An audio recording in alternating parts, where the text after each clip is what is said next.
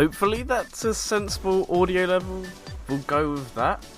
Hey, what's up everyone? It's Green Viper. That's not my normal intro, but yes, welcome to the Topical PREsort, a show that I haven't done for a while, but a show where I look at games relating to the topic of the episode that is on the upcoming Topical Resort. This week is an episode on SEGA Wii U games, or the main show is, so that means that this week's PREsort, we're going to be taking a look at some of the Wii U games you can get from SEGA themselves on the console. So yes, I haven't done this since October actually. The last time I did it was with SEGA Wii U game. No, it wasn't. Last time I did this was with the SEGA CD, and we checked out all the BIOS and played a few of the console's more well-known titles, but we didn't really do it for a while. That's because I had a lack of spare time, and I'd forgotten about it at some points, and I didn't think it would work with some episodes.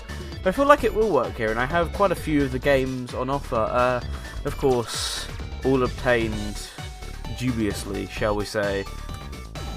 Yes, I'm actually also using a different talkpad. I'm using the DS version of the map theme from Topical Resort, because I thought that would be quite funny. Because, you know, we have the normal version as a talkpad, so the DS version, a bit different sounding, a bit weirder, but, you know, it fits with this show. It's meant to be a pre-show, meant to sort of hype up the real thing, which is, of course, Fridays at 7 PM GMT over on radiosega.net, the Topical Resort. But with that all said and done, why don't we come over here to the layout? So, I can't really do the thing that I did on the...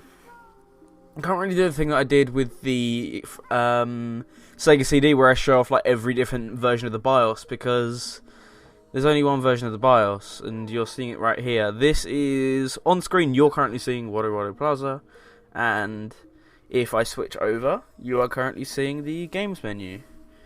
But if I switch this back here, because that way I can actually interact with it. Yeah, so the Water Plaza. So there used to be a service, you can see it on the bottom left, known as Miiverse. What Miiverse was it was basically like a social media platform for kids. It sort of became infamous because of how risque the content was on there at some points, because yeah, kids will be kids and post incredibly weird stuff, and then adults will be adults and try and troll everyone.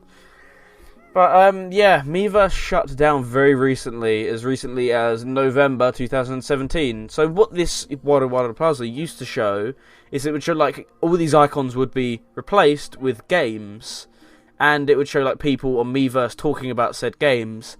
But now that service has been discontinued, it basically just shows this empty plaza and tells you what you can do with the Wii U, which is not as good in my opinion, because it had a massive community aspect back when Water Plaza used to be here, but that's sort of gone now. So yeah, that's what you see, and that's what you have in games. Ignore the Mocha thing, because that's my custom firmware.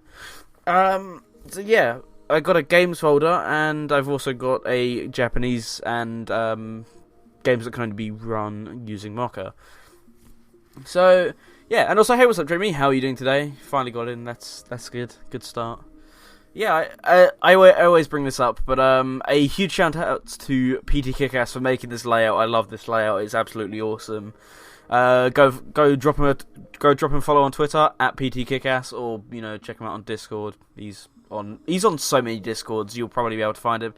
You're doing good. That's great to hear. I am doing pretty good myself. I'm actually quite excited for this episode, because there are even though a lot of them are ports, there's still quite a lot of great Wii U Sega titles out there. But yeah, aside from that, yeah, go check out PT Kickass. And to be honest, I've actually been playing more Wii U lately than I've been playing Switch. That's sort of sacrilege to some people, because there's some people who haven't touched their Wii U for like absolutely months, and then there's me who's been playing it more than Switch. It's just like, at the moment, I've just been going back and playing old games on Wii U and sort of messing around with modding it and stuff.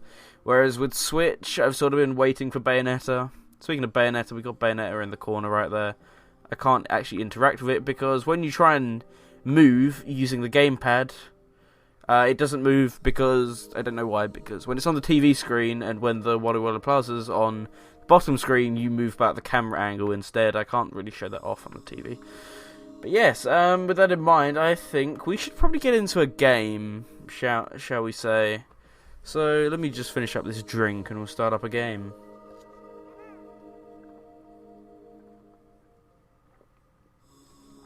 Also, finally fixed my capture card, so that's good.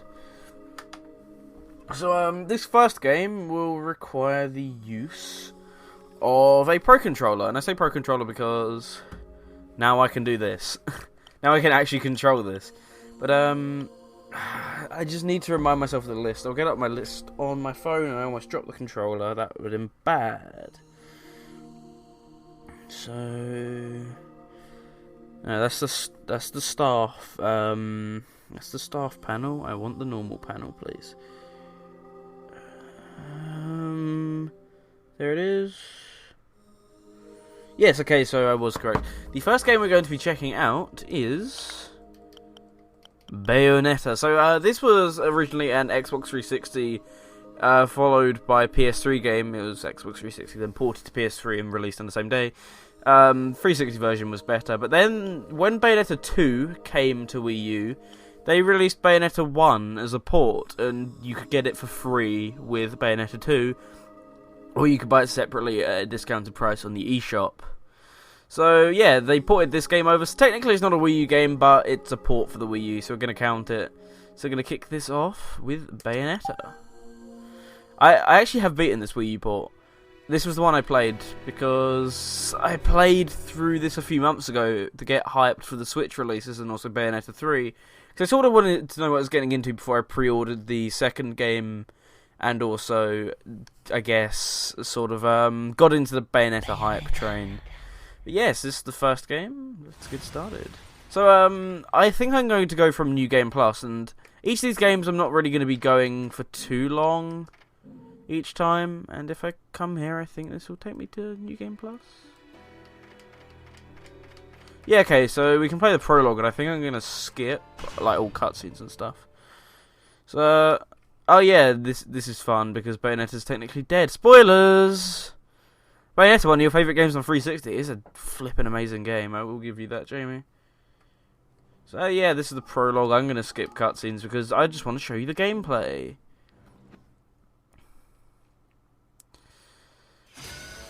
So this is Bayonetta. Pretty much, it's a, I guess, like action sort of brawler type game. You got combos. I've forgotten how to play this because I haven't played it in a while. You got your combos. You got fighting. You got a sexy witch. That's sort of the extent of it. Wow, I'm playing quite poorly. I'm really out of practice as well. So at least I'm doing this now to get a bit of a D-rust in.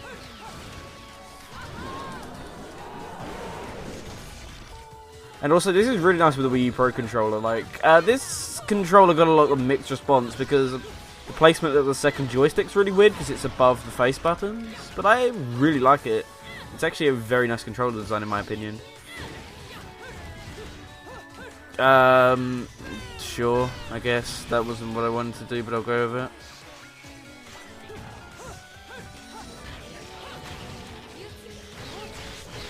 And yeah, what you said. Once I've done the punishing, then I'll respond to your comment, Jamie.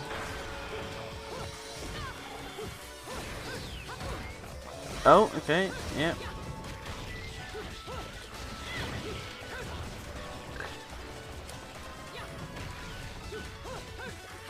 Oh my goodness. If I remember correctly, the prologue isn't actually that long, so that should be like sort of perfect timing for the showcase of this game. So I plan on going for about 2 hours, same length as the real show. Yeah, this controller is quite comfortable, although it does feel a little weird because this game should be experienced with a 360 controller primarily. And you say, so in the opening cutscene you just skipped, Enzo mentions Eggman, and apparently Kamaya didn't know who Eggman was. There's also in the second game, there's maybe he might be in the first game as well, but there was, yeah, Alex the Kid as well. Yeah, a lot of SEGA references in there. You're gonna miss that with the second game. And also, oh my goodness, I'm gonna probably like die or something. How do I even do anything? I don't remember. That's how I do stuff. Thank you. I feel like I'm playing on a really easy difficulty as well.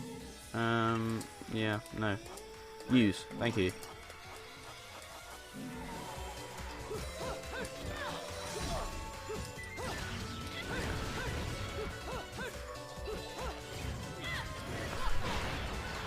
Did I legally buy this game? Yeah, of course I legally bought this game, Shadix.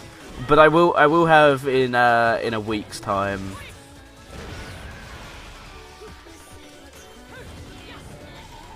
Yeah, I'm gonna call this D-Rust.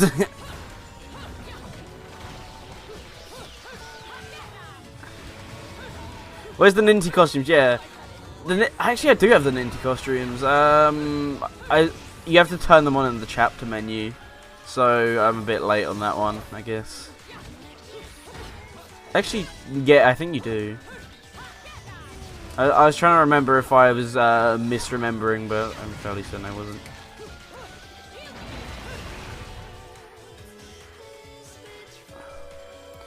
Yeah, pretty much. We got the Fly Me to the Moon Climax mix, which is not the theme song of this game, but it plays so much it may as well be the theme song.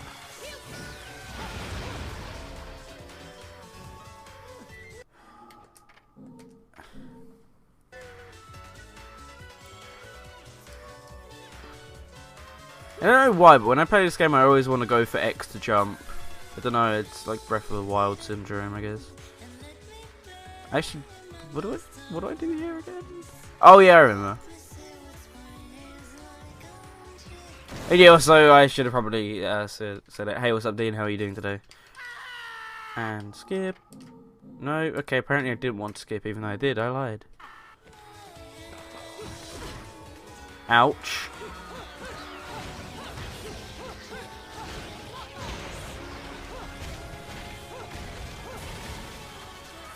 Bless Buddha, yes, I guess bless Buddha, and also, hey, what's up, Marco? How are you doing today? Rip PC, I guess? I don't know what happened there, but something is... I'm gonna die as well. Death is fun. Just thank you for using Red Hot Shot. It's much appreciated. Why can't I use this? I have one left. What do you mean I can't use it? Nope. That's not what I wanted to do. That's still not what I wanted to do.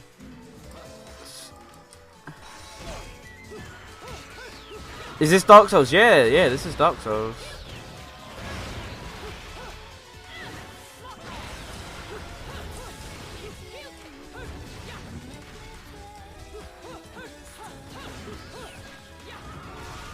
Yeah, this is way darker than the prologue. Darker? This is way harder than the prologue normally is. Obviously, because it's New Game Plus. You're expected to have bought a ton of stuff I probably didn't buy.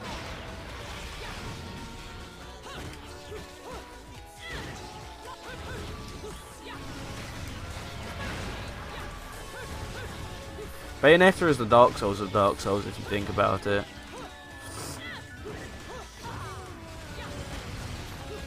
But I don't even know why everyone compares everything to Dark Souls like that. That critic trend which has been going on. Where they're like, oh yeah, this game is just like Dark Souls. This game's just like Dark Souls as well. This game's just like Dark Souls. I guess it comes from the sort of fact that critics are lazy and don't know any other hard games. So yeah, there we go.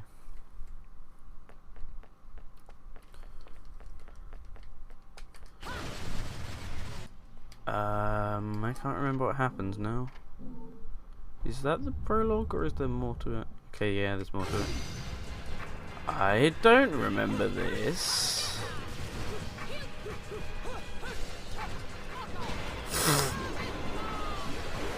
Is this like new for the New Game Plus? Or like what?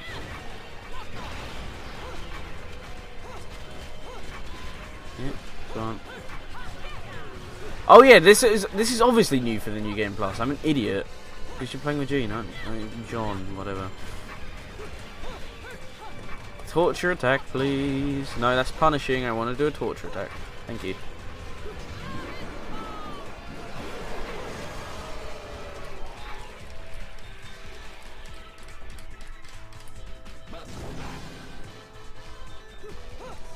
To be honest, I never touched the New Game Plus stuff, but if there's like enough stuff in it, it's probably worth a playthrough. But at the same time, I'm like, do I want to do another playthrough of it yet, or do I want to save it for the Switch version? It's these questions that leave me awake at night. That's not a torture attack, that's punishing. Thank you.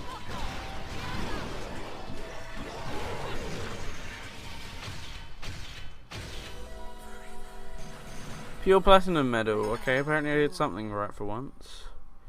Also, on the gamepad, there's this massive Miiverse icon the entire way through. But obviously, we can't use it anymore because Miiverse is dead. And Gates of Hell. And that was the prologue. So yeah. Developed by Team Little Angels at Platinum Games. Huh. Somehow got gold there. I played dreadfully, but... When will they port Miiverse to the Switch? They'll do it just for the memes.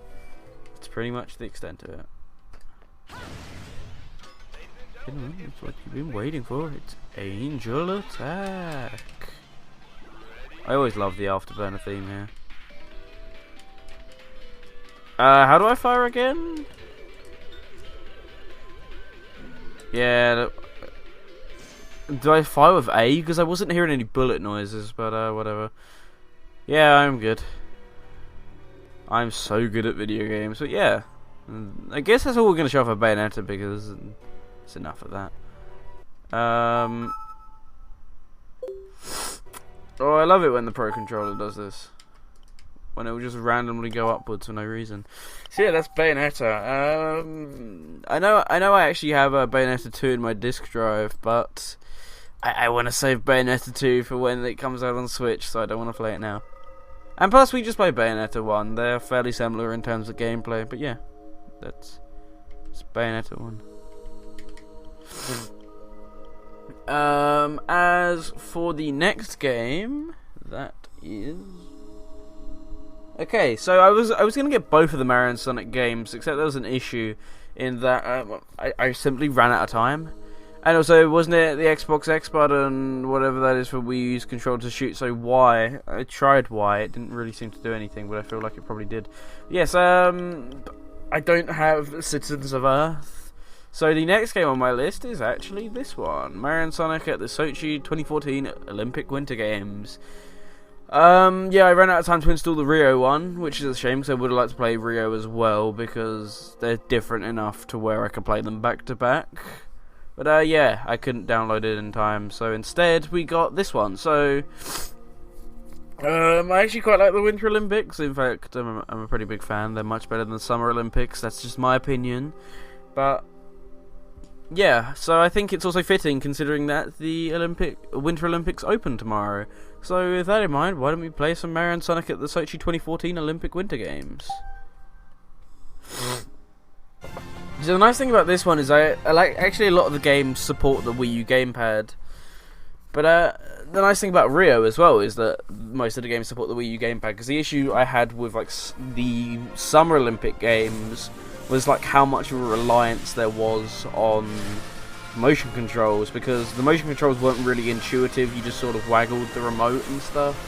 I didn't really like that, but here you get the option to remove all that. And also I miss the absolutely epic opening intro that was from the Vancouver one. I love the Vancouver version so no, it's doing it again. When I was testing this game yesterday, because I installed it yesterday, it did it then as well, and it would like pop up newsflash every 2 seconds and tell me that Scottnik had beaten a record or something. And I'm like, he hasn't even been on Wii U for a month. How has he beaten that record without even coming online? I know there's a way to turn it off, so I'll do that. But I'm waiting to see if anything happens, but I don't think anything does. Well, that was an interesting transition. Dr. Scottnik beats me at life. Yeah, he does. I really like this menu theme. It's really nice. So let's go network options. Your friend news off. Yeah, I don't want friend news. And yes, so no sticks. Show news flashes off. Yeah, I definitely don't want news flashes. Thank you. Oh, this menu theme is so nice. So we're going to go into a single match. And the only thing I really played here was the snowboarding mode, so I guess I heard the speed skating was quite fun. Short track speed skating 100 meters. Yeah, we'll go with that.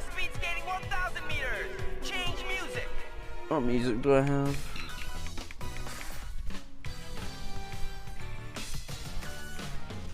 Okay, so I've got all these, but do I have... Yeah, okay. Oh, I love these remixes. This one's nice. Good stuff. There's a lot of Sonic 4 remixes here for some reason, which I actually don't mind, because Sonic 4 sounds like dying cats, but the melodies are really nice. That's a good remix as well, I like this one. I think this would be quite fitting, so I'm going to go with that. I say quite fitting, actually now I realise it probably isn't. Yeah, let's cancel. I need to connect my Wii remote. Oh, we should have had a Wii remote cam for this one. Yeah, so I should have explained this as well. I need to sync my Wii remote. Controller settings. Pair. So yeah, you get to watch me pair a controller. Nice thing about this is you don't have to press the sync button on the console as well. It does it automatically, unlike the normal Wii.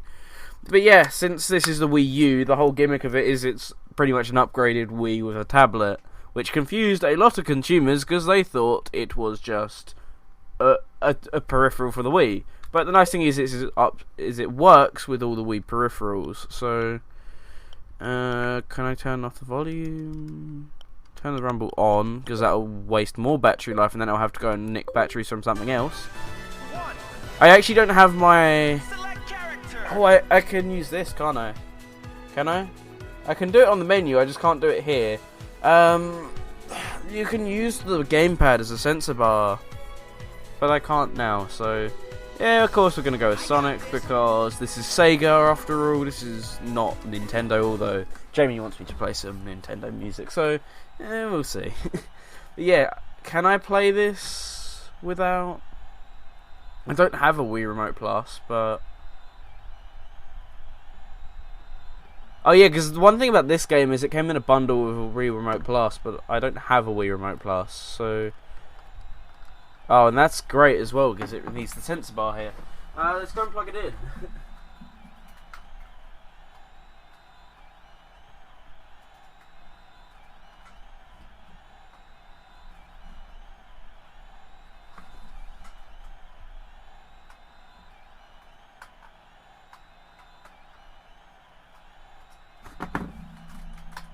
There we go.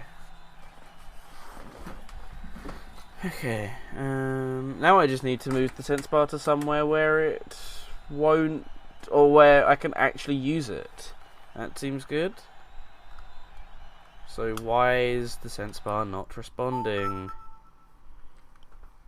Does the game need a Wii Remote Plus to play? No, but it has a lot of menus that are designed for Wii Motion Plus. The Wii Remote, like, sometimes it wants to work. End it. Yes, please, end it. Thank you. Wow, that took a massively long time to get out of that menu. Yeah, I never had the Wii Motion Plus success. Okay, I take this back. You do need Wii Motion Plus. And I can't get out of this menu unless I get Wii Motion Plus. So, what do we do in this situation? Do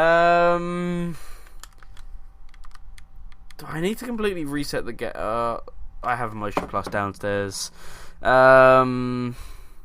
Yeah, let's do the awkward thing of going back to here and playing music. We'll do that for a bit. I say like for a bit, it'll be like 2 seconds. So enjoy the music.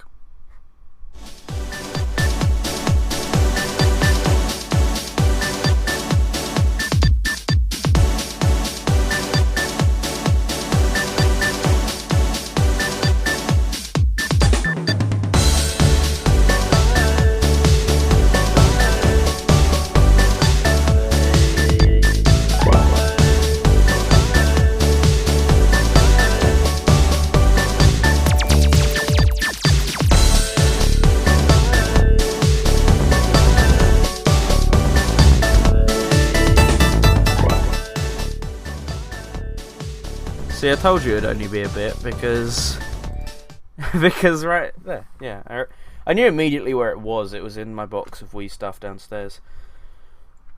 But yeah, I don't even have a Wii Remote Plus. I never actually bought one because no game ever required it up until now. But I have the little plug-in thingy that came with Wii Sports Resort, so that will work with it. So like the little add-on that came with Wii Sports Resort. So if I do that, it'll plug into the bottom. So yeah, this is indeed a quality game developed by SEGA. Oh yeah, Skyward Sword did require it. You are correct. I'd never played Skyward Sword because I had bad things about it, so I don't know why this needs Wii Motion Plus.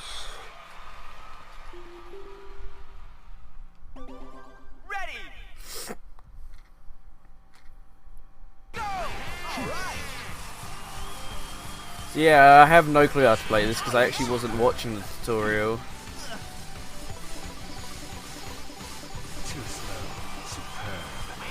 This is like so confusing because the controls are so ridiculously precise. No. Skyward Sword wasn't a bad game and you love the motion controls. Well, you're the first person I've ever heard say that. Special boost! Wow, that's still not going to put me anywhere good.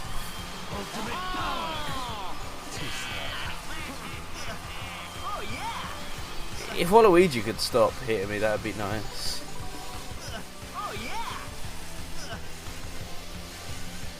Also, you get that like brilliant Wii Remote cam in the bottom. Excuse me, coming through. No, that's just not what I did. I was literally holding right the entire time.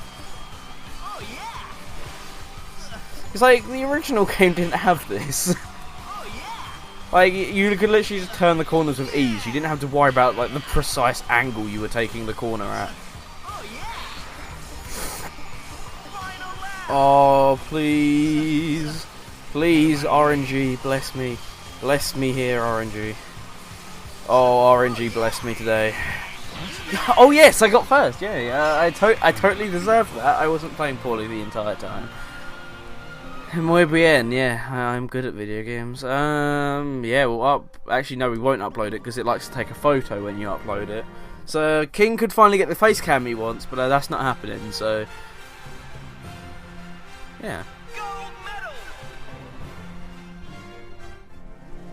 So, let's play something which I know uses the gamepad. That's the thing, this one still has some events that use the, Wii Remote. But literally, like, Rio has no events that require it. You can play everything, I think, with a gamepad, which is really nice to have that option. Yeah, so let's go on to snowboarding. What do I normally go for? I think I normally do snowboard cross. So we're gonna have someone different this time. We are gonna go for. I think we go for Lost Impact. Yeah, I know how to play. I played it before. You watched me play it before. This game just doesn't remember me playing it apparently. So I guess after this event, I'll probably move on. No, start competing. I don't want to watch another tutorial. Oh hell, Shadow, hell yeah.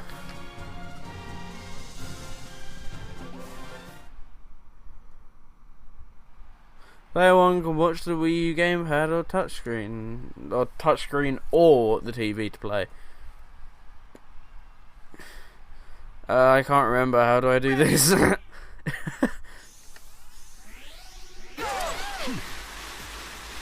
The control here is actually really nice, like it is very smooth. Also, the Sonic Extreme, not as in the Saturn game. The other Sonic Extreme, the flashbacks are the flashbacks are real.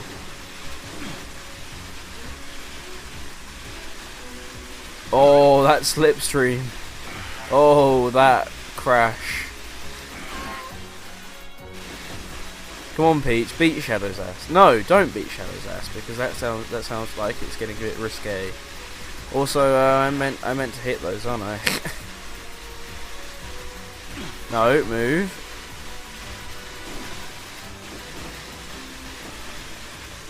Yeah, like genuinely, this is really nice to control compared to like the original one where you controlled the Wii Remote with the snowboard and it was occasionally like a bit finicky.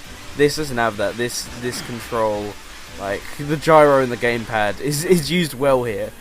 Star Fox Zero.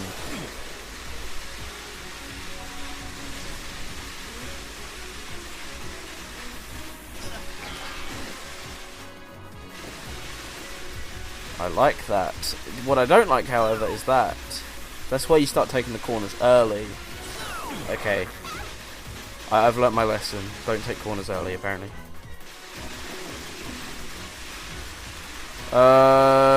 Sorry, Jamie, what was that about Peach beating me? Yeah, apparently Edgy isn't no match for Sonic the Hedgehog, but he's close enough. So I achieved both of those events. No, we're not going to upload that. It's incredibly dusty in here. I'm gonna sneeze. What's after this? Silver medal. Shadow. After this, oh, nice. After this, we have Puyo Puyo Tetris. So, with that in mind, yeah, okay, I can deal with that. With that in mind, it's Tetris time, baby, or Puyo and Tetris time. So, this game in particular, Puyo Puyo Tetris, was only ever released for Wii U in Japan, so normally that would be an issue because the Wii U is region locked. However, thanks to lovely, lovely hacks, I can still play Puyo Puyo Tetris on my English Wii U. See, look, there we go. So for seeing the requirements of Puyo Tetris on PC, they seem a bit high for that sort of game. I have no clue what that message just meant, but it shows up every time. So I can actually use my Pro Controller here, so I'm going to take this time to use the Pro Controller, even though the gamepad is really comfortable. I prefer the Pro Controller. Oh, I should also recalibrate or reconfigure here. So, settings. No. Pair. No, I've already paired. I just want to change the order, please. Can I not? Oh yeah, change order. There we go.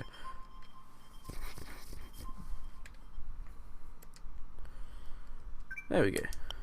Okay.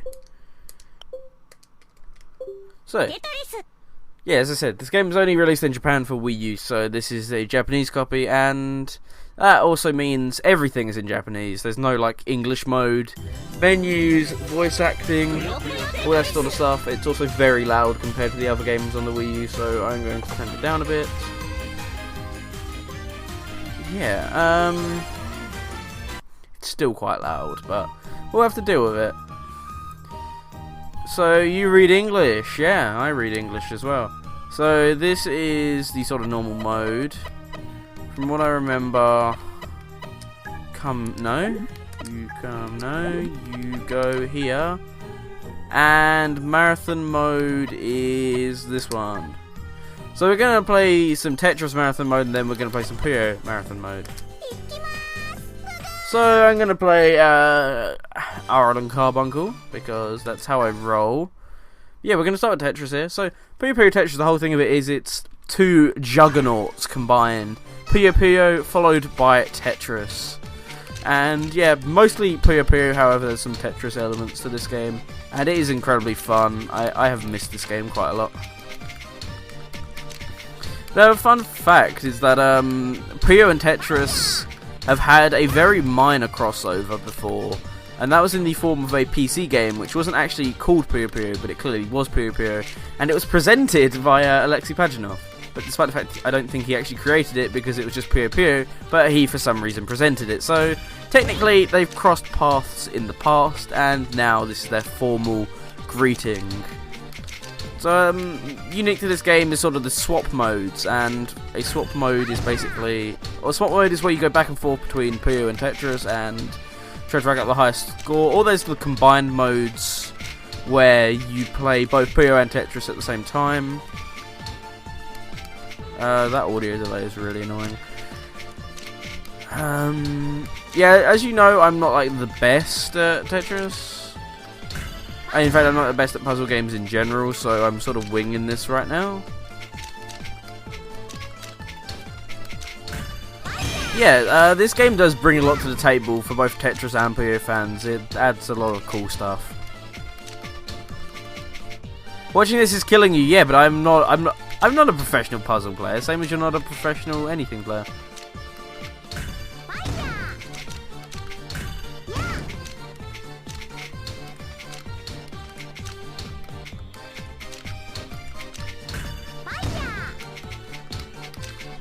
If you can't tell, I'm now starting to concentrate because I want to do decently.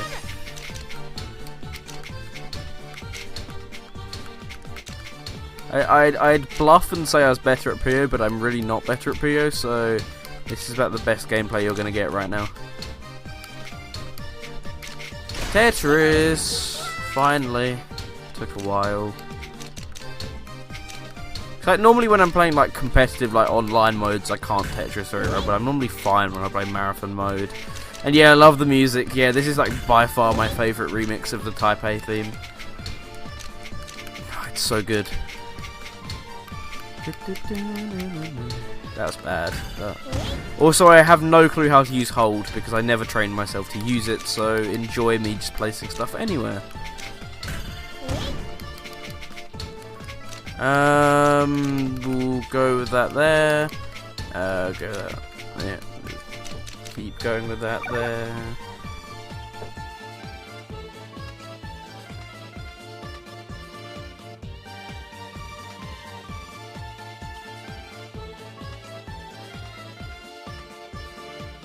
Press the trigger. No, we will not press the trigger. I mean a remix of... I can never pronounce it. Koro Beniki. Yeah, I said Type A though to avoid having to pronounce that word. Also, I'm going to eat right now.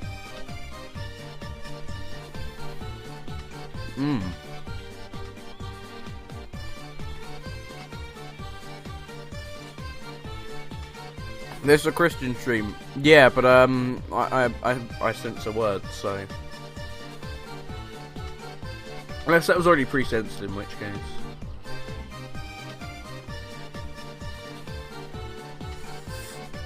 And no love for Amity. Oh, I'll play Amity when I go to PO mode then.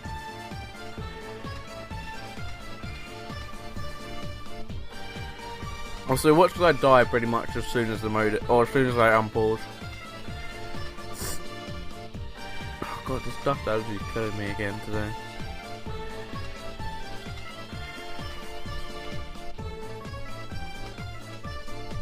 Also, enjoy the GIF in the top corner. That also reminds you that you should subscribe to my channel so you can get that emote. Because I'm a sellout, and I also just turned off my light. Whoops. So for the low price of $10, which is way too much if you ask me, you can get the emote, the Gre30 Hype, where it looks like that. And it looks like the GIF at the top corner of the screen, hence why I chose that GIF.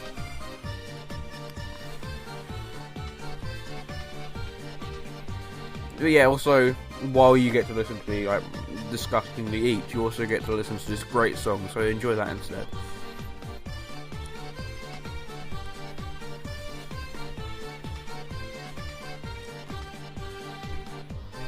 $30? Actually, no, I changed it. It's $40 right now. Do it. Which because everyone wanted the everyone obviously wanted Fat Man as the $4.99 emote, which is the cheapest one. And then after that, $9.99 made sense to use the one that everyone uses second, which is the Hype. Yeah, indeed. I only $40. You're sold, will buy a sub then. Hiking.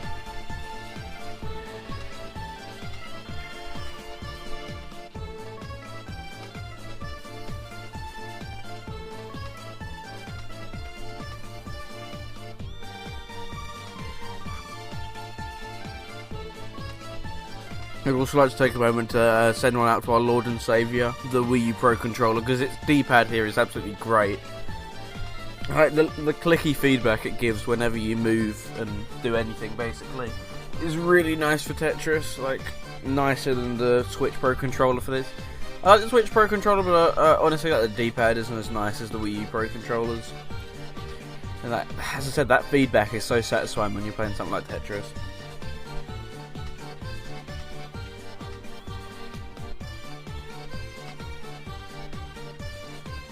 Yeah, I do actually have one more Japanese game that I'm going to be showing off, and I think it's probably going to be the next game, actually, because I don't believe I have put another game after that. Oh no, I think it went P then S, so yeah, apologies for this long break, but how's everyone in the chat doing today? Hopefully you're all doing well, enjoying your day. Speaking of which, what are you currently all playing? Aside from Dean, who's showing tons of stuff. And Jamie says he's fully sold on PREsort Tetris from Steam now. If it's not compatible, I'll just get a refund. Nice. I should actually buy it, to be honest, because it'd be nice to play it on PC. Because obviously playing it on Switch is also really nice as well, because you can take it anywhere you go. But having a PC version would also be quite nice, because that way tons of people can play it, because there's no longer a platform issue, because most people can just play it on PC. But honestly, I'm surprised it took them that long to do it, and everyone was sort of putting that down to like copyright, but I feel like had they sort of, what's the nice way to put it? Had they sort of been a bit on their feet about it, they probably could have got the copyright resolved for a PC version quite quickly. Because like they relatively pain-free got the Switch version released, because obviously that didn't exist when the game first came out, and also that didn't exist when the game first came out, so like obviously they had to get rights to do that one recently, so they could have done the PC one at the same time, but no, yeah, I thought it would have made sense to release it at the same time. Yeah, sure, I'll give you a few matches, Jamie, if I get it on PC. Also, that language switch option is nice, so you can use both Japanese and English voiceovers. Hopefully they'll bring that version, or hopefully they'll bring that update to other versions. Because I feel like everyone would just switch to Japanese, but I actually quite like the English videos in this game.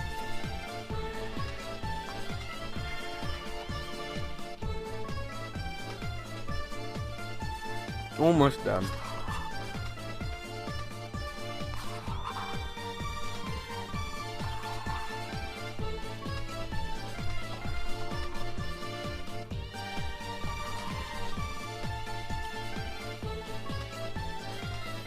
And done. Japanese voices for you. Yeah, I feel like most people put on Japanese voices. Honestly, I like both, but as I said, the English voiceover is very well done. People said it took out the experience for them, but I sort of feel like the whole experience for me is hearing Arl shout, "Ice Storm, Ice Storm, want more, want more." That's sort of like half of the experience, and yeah, Weeaboo Tetris, exactly. I love the way they say it in Japanese, it's so cool. Oh well, I need to go outside more.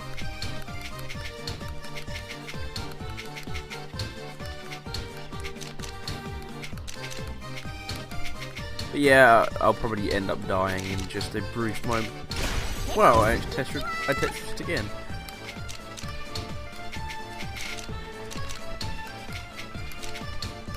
I put this down to luck now, because it all is luck. And back to back as well.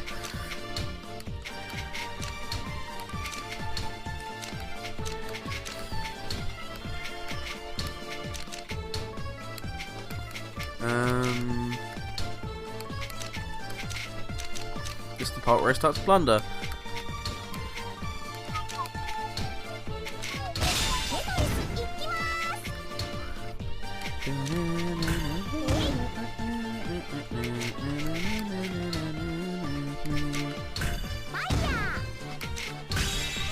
Okay, yeah, when the background starts to change, that's normally when things go south.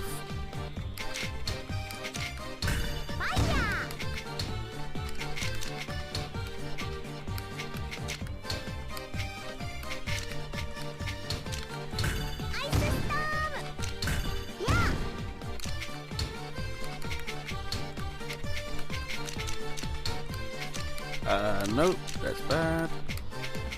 Let's see how lucky I can get for a bit, because I mean we got time. Because obviously we still got to play PO before we move on to the next game as well, so I can show you the whole of this game, not just part of it. Wow, I'm somehow getting a lot of Tetrises, a lot more than I normally would. I guess I'm focusing on building up a lot more than I normally do. But my issue recently has been that I've been building up too high, so somehow I've been combating that and getting another Tetris.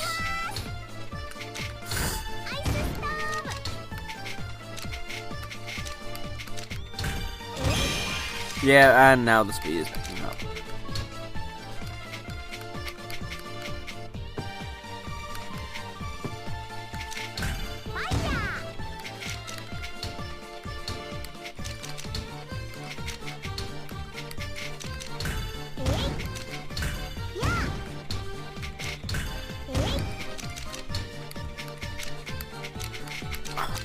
Aru sounds a lot younger in the Japanese voiceover than she does in the English one, I've noticed.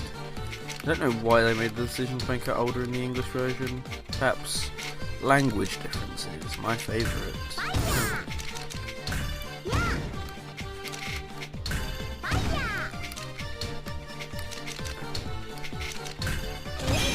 Okay, still getting... Yeah, Lolly Tetris, yeah, sure, good at that. This is the part.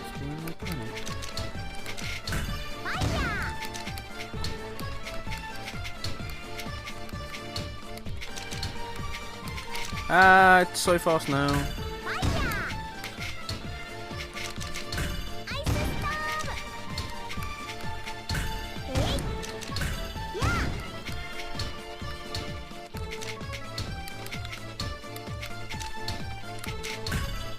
How am I still doing this? This is insane.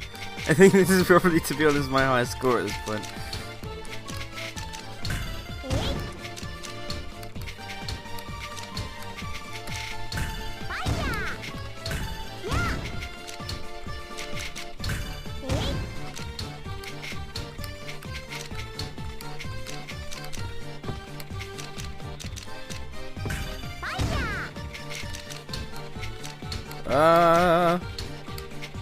I'm starting to panic. Okay,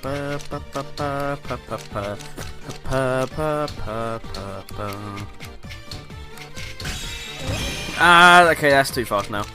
That's it. I wonder who's Oh wait, hang on. I love the idea of crossovers, but I think in my life there's only been 3 I've ever really been excited for: Mario, Sonic, Professor Layton, Ace Attorney, and this. I wonder whose idea at Sega when they got the Tetris license to cross it over with Pia. I imagine they probably came up with the idea Tetris cross Pia, and then later on they were like, oh yeah, and later on they probably got the actual license, they could do it. I imagine it was sort of, oh yeah, there's this idea, now we apply for the license, rather than just they got the license, unless they already had it, in which case, I don't know. Jamie wanted Amity, who actually isn't as annoying in the Japanese dub.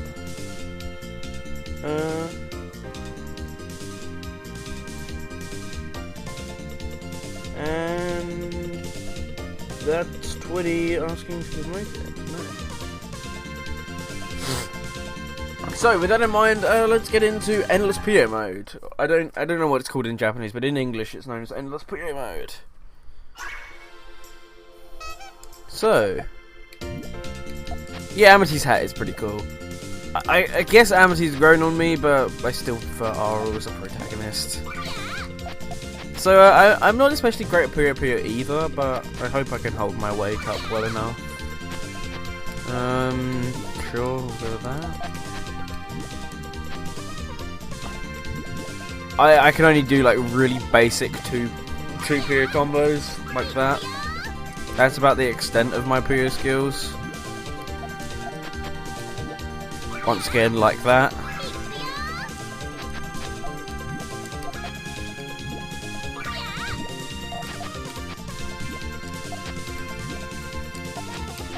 Do that, I guess.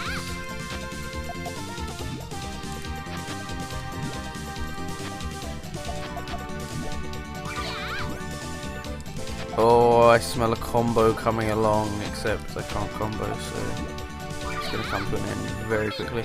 So what's the mode called when you're playing with both Puyo and Tetris? Or Puyos and Tetramino? I get, what is it called? I think it's called, Fusion. Fusion, that's it. Because I know swap mode's the one where you go back and forth between the two.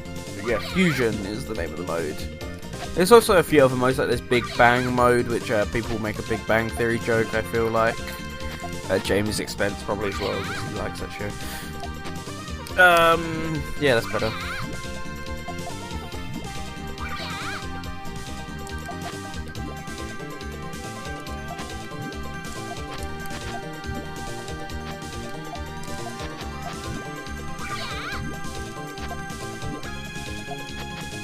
So I find Period to be a lot more relaxing than Tetris, honestly. Like, Tetris is sort of all over the place. It's like, so frantic. But Puyo is just, even when it gets fast, it's still quite relaxing to me, which is nice. Yeah, also nice with this mode is that in Endless Puyo, once you get past a certain sort of threshold, it starts slowing back down again. And Jamie, you're wrong. I can't believe you even have these opinions. Big Bang Theory does not beat the IT crowd. I can't believe you'd even say something like that.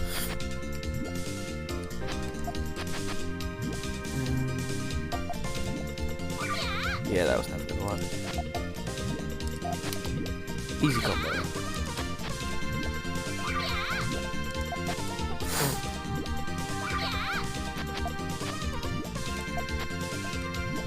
I was actually going to get Yakuza 1 and 2, because, as you don't know, Yakuza 1 and 2 is actually on the console. Basically, they did an HD re-release of Yakuza 1 and 2 for Wii U, and it was great, because they announced it on a Nintendo Direct, which was sort of they still do it, but it was mainly like Iwata's thing. Training period doesn't look like my strong point. Wow, you've noticed. It took you that long. Training or doing anything in a puzzle game isn't really my strong point in a puzzle game. Yeah, oh Jamie, you made me lost that. Oh yeah, so basically Nintendo Direct was sort of a Waters thing where he'd announce games that were coming up, and they were like, oh yeah, we got a Yakuza announcement or something like that, and then it just goes to Sega Direct, and it was great. It was possibly one of the most entertaining Nintendo Directs. And yeah, then they announced Yakuza 1 and 2 for Wii U exclusively in Japan, and it did come out. But the only issue is I would have downloaded it, but it's 18 gigabytes, which is absolutely massive. For reference, Bayonetta 1 was 15 gigabytes, which is still pretty big, but 18 gigabytes, even for those two games, it's like, wow, that's quite a lot of space. Obviously, they were the definitive games to play, or ways to play those games, but now you've got Kiwami and Kiwami 2, so not really so much anymore. I guess you got better remakes now to play. And they're full-on remakes, whereas these ones are just sort of like HD remasters.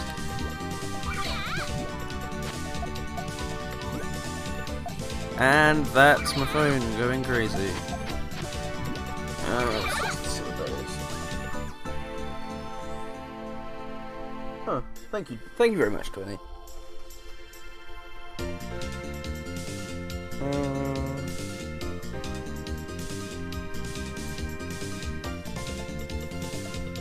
Let's just give him a reaction.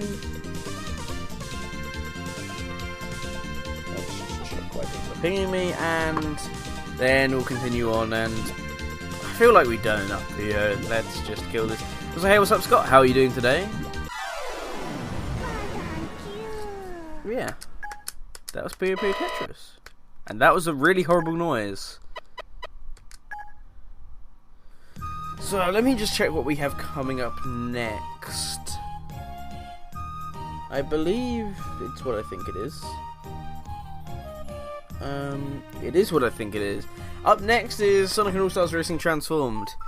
Now, this is one of two Wii U games. Okay, one of three Wii U games actually that I own, because I own Mario Kart 8. It came with the console digitally.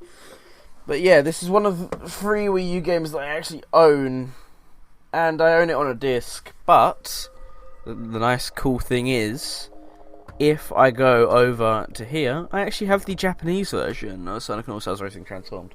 And I banged on and on about the differences between this and the English version, but the extent of it is, instead of the generic announcer, Takanobu Mitsuyoshi is now the announcer. Obviously, Sega legend, sung a ton of Sega stuff.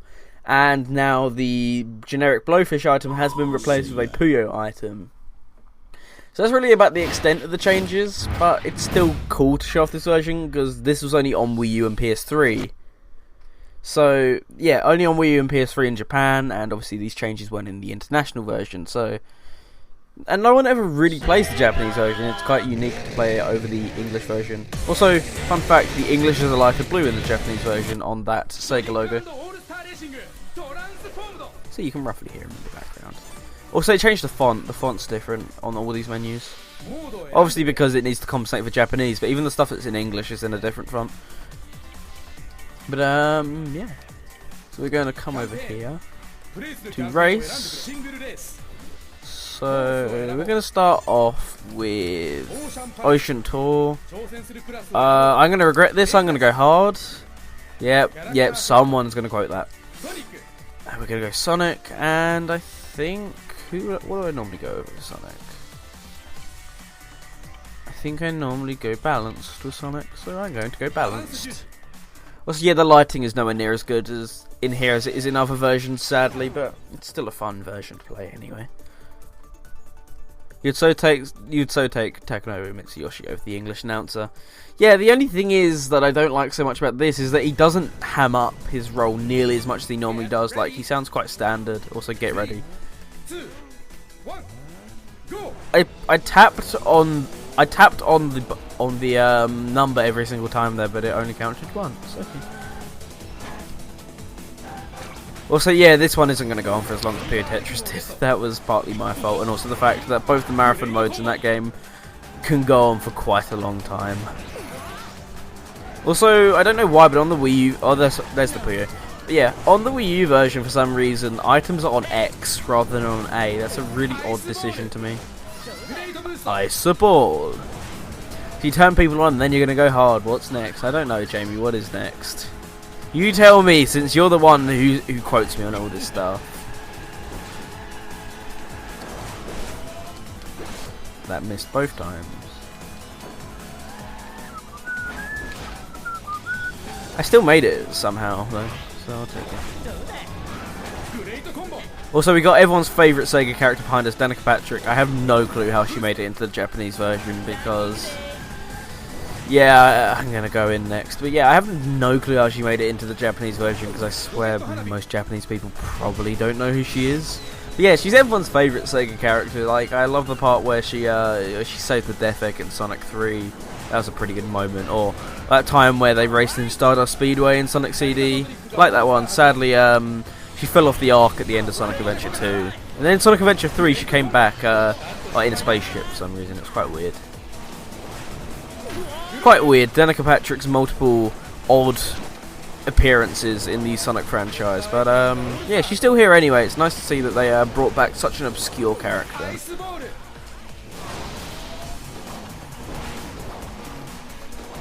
But of course, all joking aside, Danica Patrick is a NASCAR mascot, which I find it really weird, because even though obviously NASCAR is related to racing, it seems strange that she's still here, because this is a kart racer. Oh yeah, she was the one who saved Miracle World. You are right, Jamie. Thank you for reminding me. Also, nice thing about the Wii U version is there's a very detailed map on the bottom screen, which isn't in any other version. But the map is very detailed and it looks nice. Like, I'd like to get some of the backgrounds from that. Mirko, we're gonna have a falling out in a minute. Really liked her in the really bad 2006 anniversary title, Sonic Rivals. Yeah, the bad anniversary title. Yeah. I'm sad. I'm sad now. But it's nice to know. The VGM lover says, start with Lost World, work your way down. Well, we're about to get to Lost World actually. I think this would be appropriate for the next track. Also, I love how the fact that Race of Ages is actually called Sega Ages in this version. Yeah, there's a Radio Sega Live reference to be made there somewhere. With that in mind, got all this stuff right here. But I think we're going to play as Ages, and I say this because Mitsuyoshi is announcing over a Burning Rangers track, aka a game which he sung lyrics for, in the Daytona car, or the Hornet, aka a car from a game he sung lyrics from. I find this incredibly funny every time I do it. Ages is a really cool character. He's always my favourite to play as in this game. But yes, let's get into this.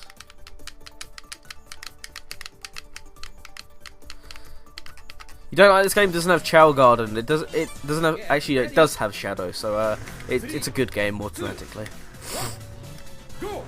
And yeah, as Jamie said, game owner, indeed.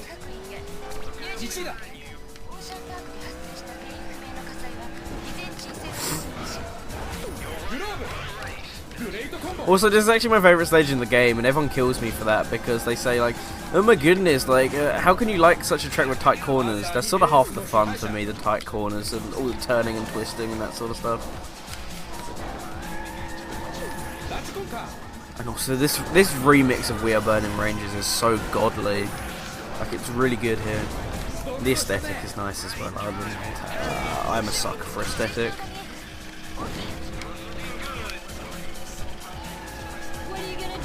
I also think this track probably is like the best at emulating the original game faithfully. So the others do, but they deviate. This is like feels really faithful to the original, but yet still sort of feels like it's got that original flair to it. Also, I feel like I always say this whenever I play Mario Kart or Smash Bros, but I feel like my Wii U Pro Controller has like some form of input delay. Because despite what I thought it was when I bought it officially from Game, it's actually a third-party like Chinese one. So that's why I'm leaning to think it has like input lag on it, and that's further done by the fact that it takes like ages to turn, and that was bad. So I love the Dreamcast beep noise whenever you crash.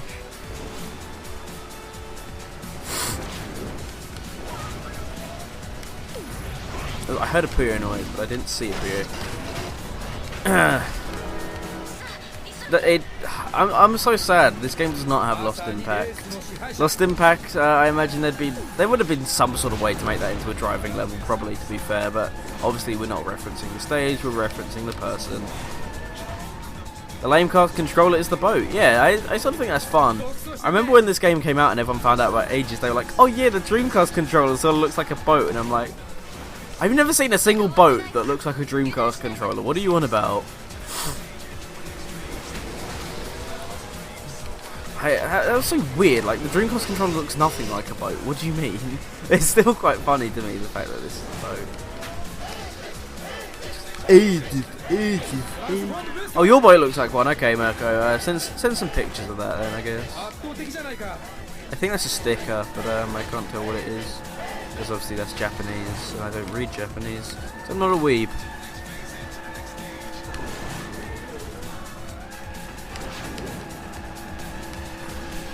So I've got. So I'm gonna play one more track after this. But who would you like to see as the playable character? I guess just like drop who you'd like to see down in the chat.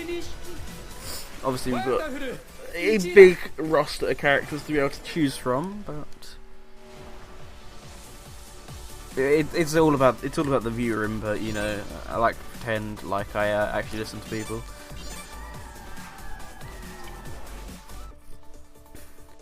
Ages, you want to see the aircraft? Okay. If anyone else has... if anyone else has anything. But yeah, so I'm going to play Sega Ages as the last track. Sega Ages. Let's actually go on to Twitter just quickly. So both of you want Ages again. Okay, I can do that.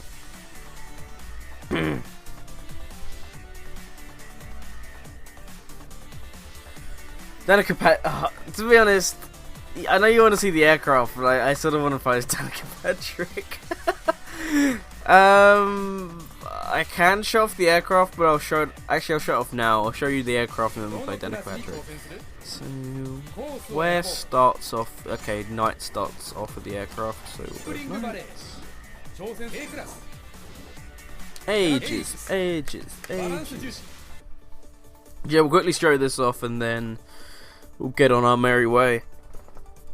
And somehow we've been going for an hour already, although to be fair, I did take quite a long break to eat.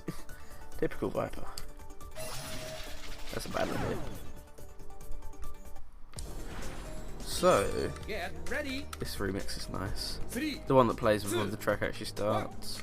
So yeah, look, we have the F-14 Tomcat, and I don't actually know what button is look backwards.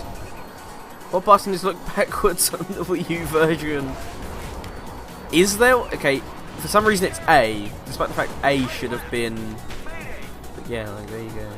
It's a nice shot, but sadly I'm crashing.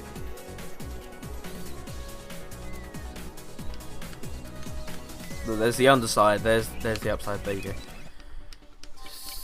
Which one's quit? No, that's not quit. That's options. That's quit. Yeah, there you go. F-14 Tomcat playing. You love that it's a Tomcat. How do you unlock ages again? You have to beat Superstar Showdown in World Tour mode. Even then, you can beat it, but you have to get you have to play most things on Expert, and then you finally get ages. And then after that, you still got tons of stuff that you need to unlock. I've never actually done it properly because it's quite frankly tedious and also quite difficult to do. Although I've heard people say, "Oh yeah, I've beaten the entire campaign mode on Expert," and I'm like, "Well done for you, well done." Round of applause, round of applause. Yeah, it is quite difficult, I will admit, and it's also quite time consuming. So normally I'd just say get a complete save file. That's what I did here. So yeah, we are going to go with Mirko's suggestion of Danica Patrick. What could possibly go wrong? Bubsy every year.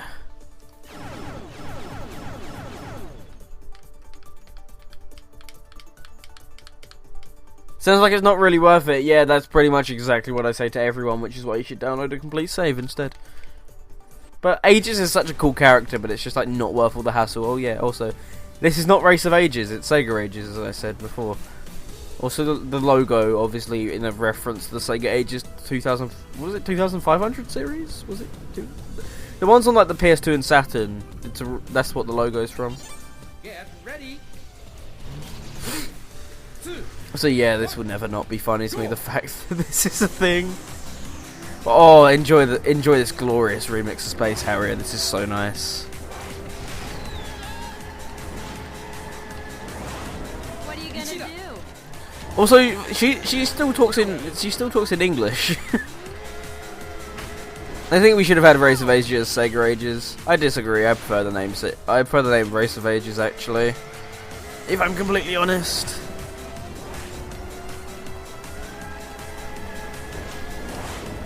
And also, a fun little fact I like to bring up here is the fact that the map is jammed here, and it's jammed on everything. That's on purpose, so you can't actually see the map. However, a little blunder they have here is the fact that on the Wii U version, as I mentioned earlier, there's a detailed map on the bottom screen. That's a slight issue because they don't blur the map on the bottom screen or jam it. It still shows the exact map. So, yeah, so the whole point of this is to make it more difficult by not showing you it, except on Wii U they show you it. Whoops. And also, thank you so much for that, host Andy. How are you doing today? Hopefully you're doing all well and good. And also, hey, what's up, Doing Girl? How are you doing today? Whoops, I forgot to detonate the hot rod. That would have been a good idea. Also, I'm really stupid because up until quite recently I never realised that Hot Rod was a reference to the game, that the item was a reference to the game. I feel like it's quite an obscure Sega game as well though, so it's not entirely my fault. Although it probably is, to be fair. I'm going to blame it on me.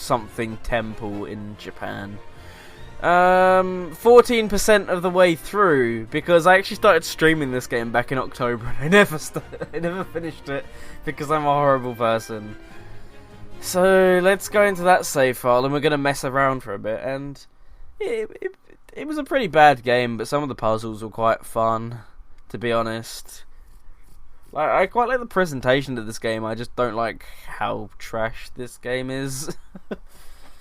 Yeah, this game is probably like the most negative, the absolutely most negatively received game outside of like Sonic 06 in the Sonic franchise.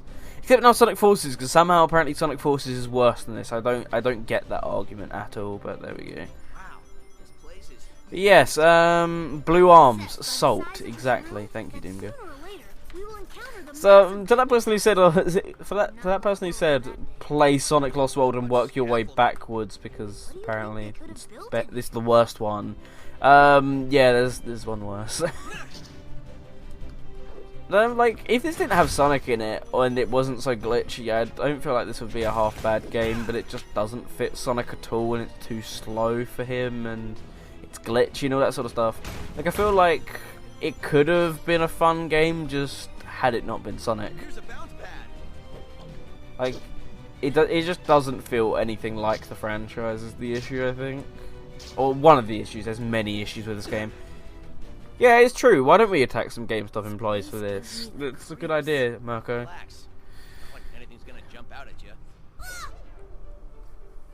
At least the cartoon doesn't suck. No, indeed. The cartoon is actually very funny. I do like the cartoon. It is agreeable to see you both once again. Why does everybody keep saying that? Why am I even watching the cutscene? I should just skip it. Let's do that right now. Skip it. There we go. Look, here we go. We got Hee Hee Funny Knuckles, followed with Amy Rose. I actually quite like playing as Amy in this game. She's just a more athletic Sonic, pretty much. It does look like a late PS2 game, yes.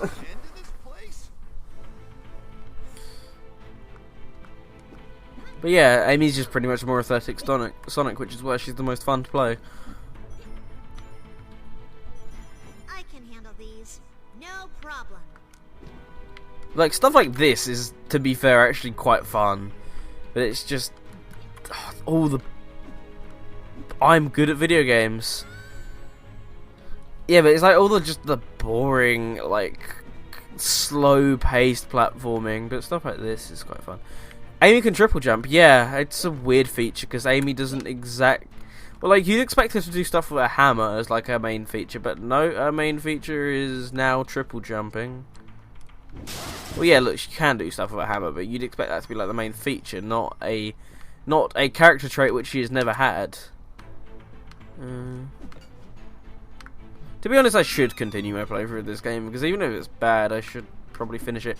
Kirby Mouse Attack, but I actually like that game. I say I actually like that game. That implies that people think it's bad. No, most people think it's good. I just never finished my playthrough of it. Here's a bounce pad.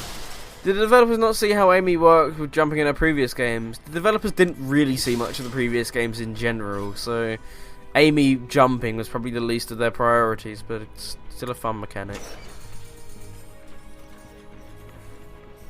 Oh, the inverted camera here is annoying me.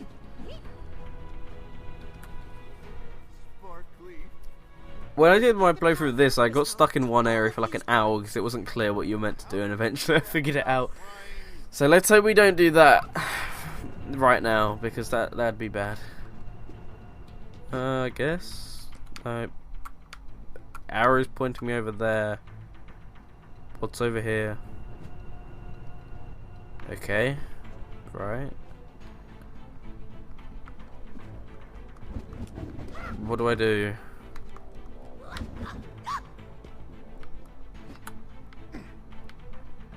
Yeah, but it's pointing me back to the middle, but like I'm not... So what's worse, Sonic Boom or Sonic 06? In my opinion, Sonic Boom. Sonic 06 is still bad, but it's sort of like the fun bad, like you can have a laugh while playing it. Sonic Boom doesn't even have that, it's just boring bad. Boring is the worst crime of the game. Like Sonic 06, it has its issues, but At least it's like, as I said, fun to sort of like mess around with and glitch about and play with friends. A game being dead boring is a worse sin than the game being broken and glitchy to me. Count one more for me.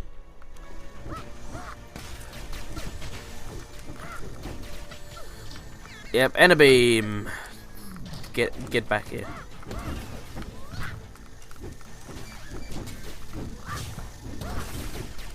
Ooh.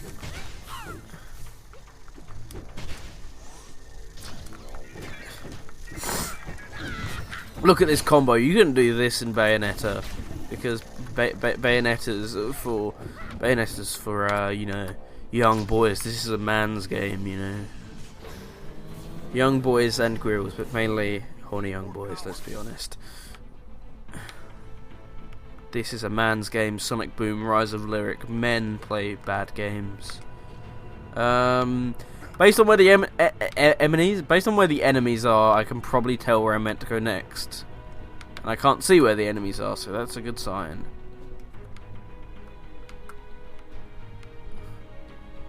Good game design. This game has amazing design.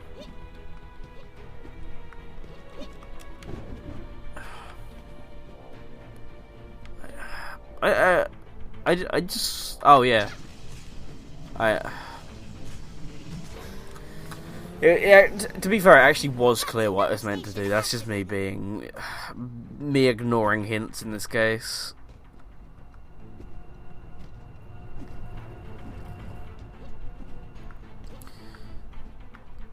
At least with Sonic you have the spin dash, so you can make it like marginally faster. This just has nothing fast about it whatsoever. No matter which character you play as, you're stuck to trying to like jump rapidly to go at least slightly fast. Someone didn't put a plug into the socket?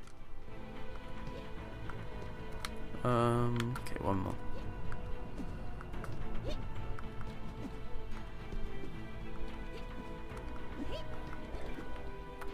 Okay, no, my plan was just to pull the lever and then get out of here. Okay, Knuckles.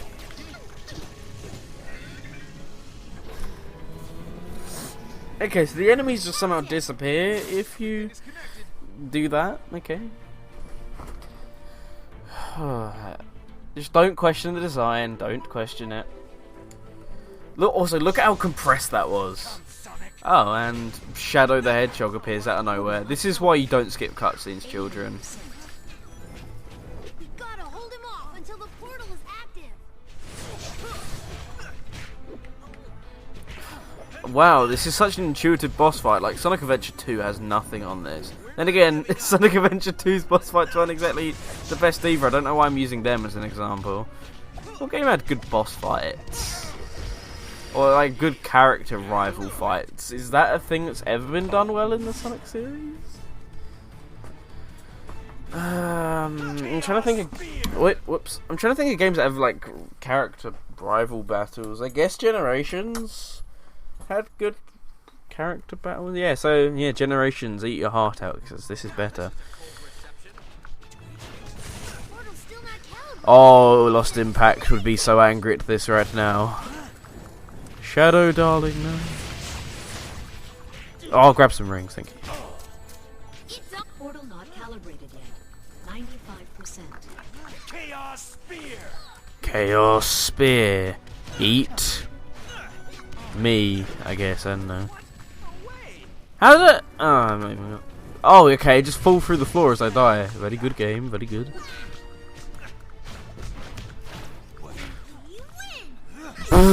Okay, so I can apparently one-cycle Shadow. No, okay. Another fight, another pointless battle with Shadow. Wonder if he failed and then he says, "Damn you, no," because this is a kid's game. You can't say that in a kid. Oh, Shadow the Hedgehog. Alright. Oh, Shadow the Hedgehog was an E10 and up game. Get it right. You claim to be a Sonic fan, but you didn't even know basics. Stop it. I should just end you once and for all. Oi, no. Just like stay in one place, please. Like that'd actually be quite nice. Not even gonna lie. Nope. Nope. Okay. Also, this game doesn't even have a life system, so no consequences for death. Chaos Spear. Yeah, beat him up. No! You must feel at home. Your fighting style is prehistoric. Oh, okay, nice. Chaos Spear. Video games are such a great medium of storytelling, and also why are they black now? Lighting! Lighting! Why do we need that in our video game? Calculating. He appears to have landed in the near future. Not yours. Mine. Now go. Okay, I just am bothered, game. So that was Sonic PREsort lyric. I'm not gonna play any more than that. That was enough to that was enough to send my, I guess, what would be a good term to put here? My anger, my blood sugar, all that sort of stuff went through the roof just then. Okay. And yeah, definitely not playing that. That's as far as I'm going. These cutscenes look horrible. Surely the Wii U can do better. I don't know. They're really badly compressed, and part of me thinks that's because the Wii U can't handle it, and also part of me just thinks it's laziness. So they could fit the game into really small space. But yes, now with that mess over, we can finally go to the game that I was talking about earlier that I said I actually liked.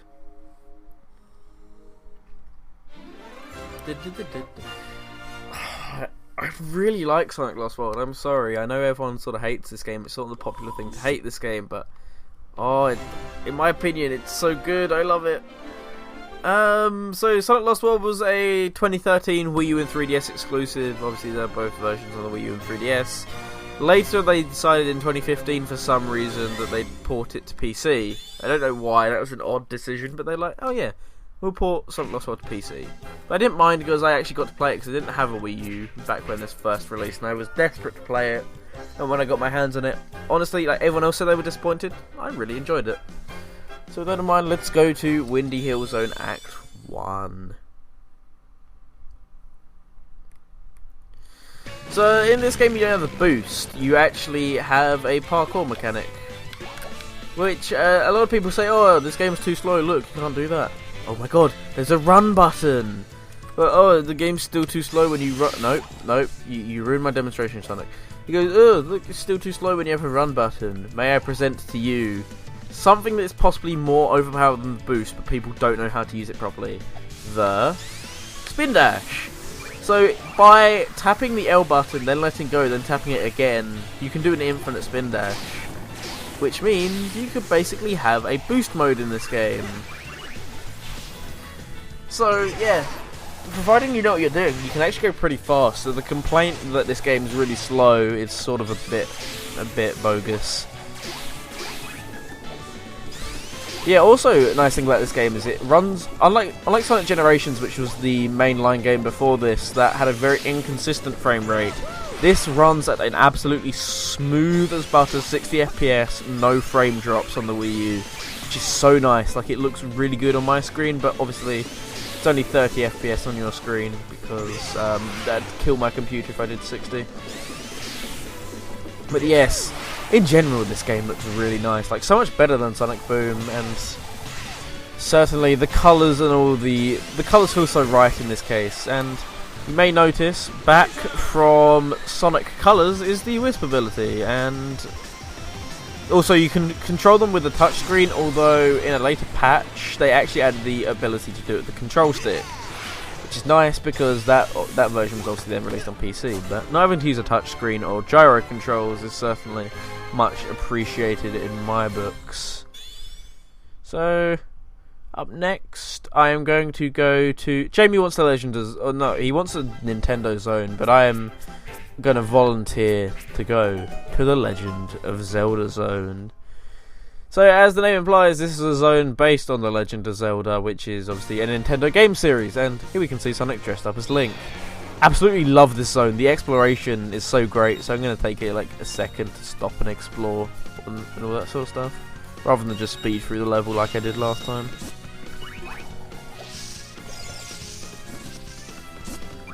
Yeah, like when this and the Yoshi's Island DLC was announced, it was so cool. And especially since they were also free. Yeah, that's right, Sonic Team. Super Sonic wasn't free and Sonic Forces. Let's make jokes about DLC. But yeah, no. They they made a ton of free DLC for Sonic Lost World actually, which was nice. Because this is much appreciated. Obviously, as you can imagine, this wasn't in the PC version because Nintendo didn't consent to use their characters in the PC version. And there's Link. And also, fun fact, this stage is great for grinding for animals because this game has like an animal count thing where basically... Also, let's aggravate them.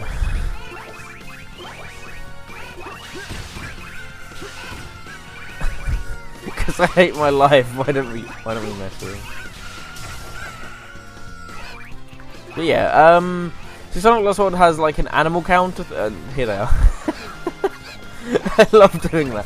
Sonic Lost World has an animal counter, which basically you have to get a certain number of animals to get into each zone, and it's all honestly quite boring with that. But this stage is really good for grinding the animals, and yeah, you can attack the cuckoos.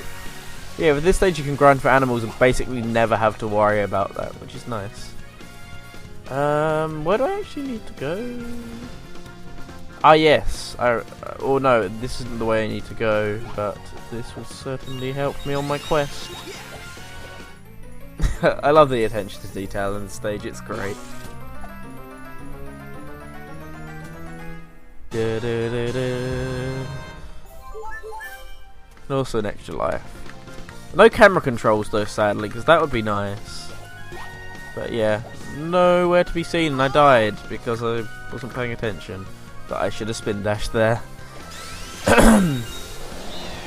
Throat's dry now. So yeah, let's actually like progress onwards a bit. Nope, that's not what I meant to do.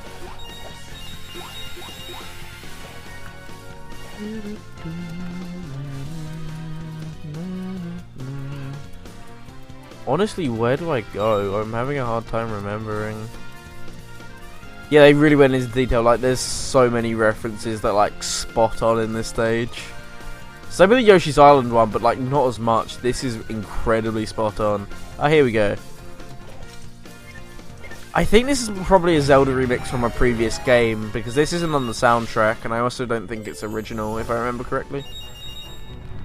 Yeah, like right there, like the Gorons and stuff. I think they're Gorons. I don't know. I'm not much of a Zelda guy. Yeah, just like so much attention to detail. It's really great.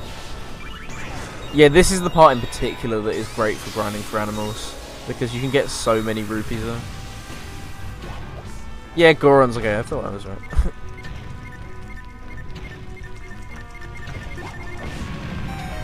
Thank you, conveniently placed bomb. If you could all get away, that'd be good. This is fake, by the way. This isn't the end of the stage.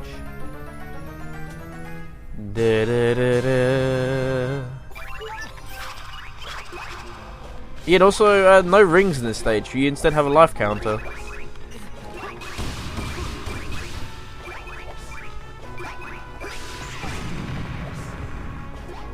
Okay, let's continue onwards.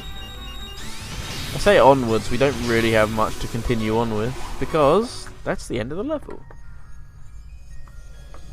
Also, I love how the beeping noise is the exact one used from Ocarina of Time as well. Like, it's so much detail here, that's why it's easily like the best stage in the game.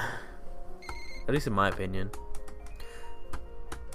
But yes, with that in mind, we are going to get on with another stage.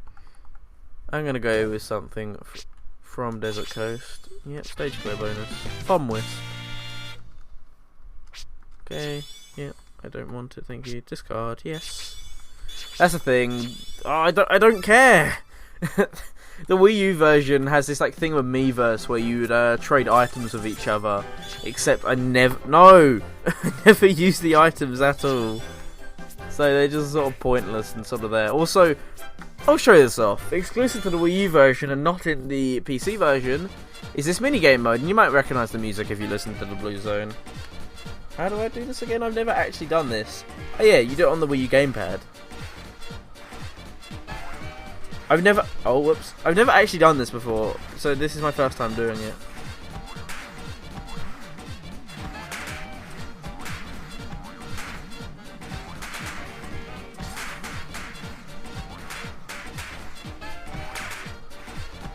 This music is really nice as well. Like, it doesn't even appear anywhere in that version of the game.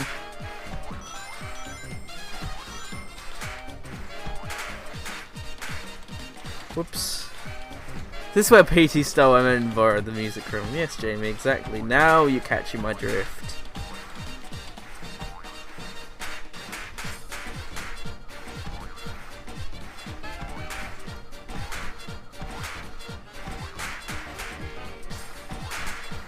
Yeah, this minigame, to be honest, is quite fun. It's just really confusing. Not confusing, it's just... What's the word I'm looking for? It's like quite difficult to, I guess, stay in time with it. So yeah. Reminds me of Carnival Night. Yeah, sort of, I guess. But yeah, they're exclusive. Basically, the aim of them is to get as many animals as possible, because obviously you need them to clear the stages. So with that in mind, let's go to Desert Ruins. I'm going to do Desert Ruins, and then I'm going to do Tropical Coast, and then I'm going to be done there.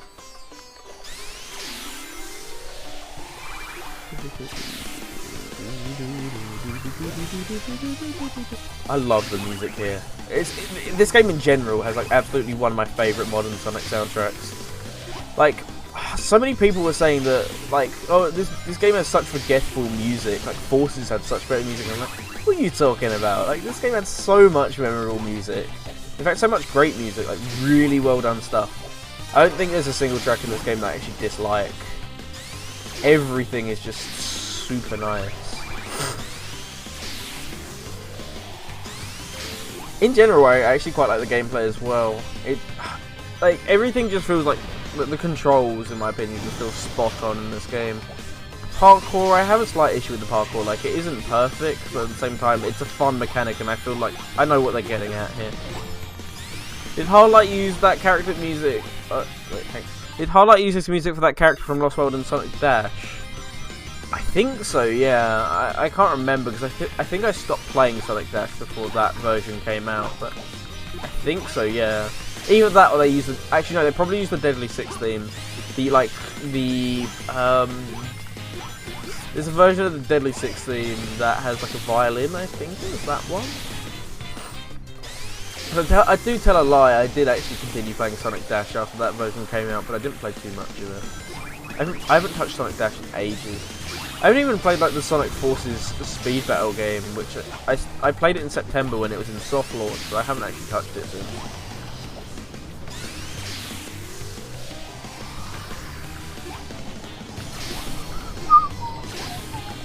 Yeah, normally this sand stops you from spin dashing, except if you keep jumping, you can maintain your spin dash.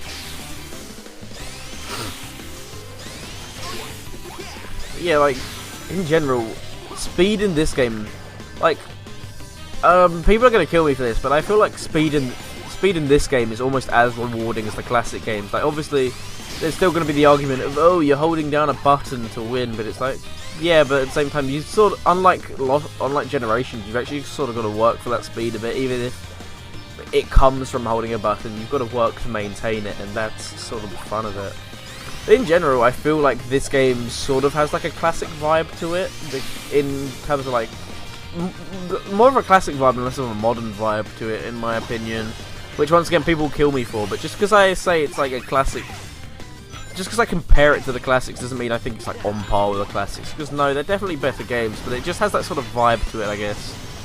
And yeah, I love these 2D sections. They are really fun in my opinion. Like, other people will disagree, but people tend to disagree with me a lot on this game, but I really like this game. Even if it wasn't perfect, they had something really good going, but then they decided to throw it all out with Forces and go back to the boost style.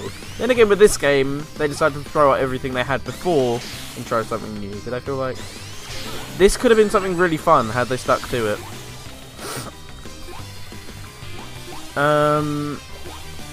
Please climb up the wall. Thank you.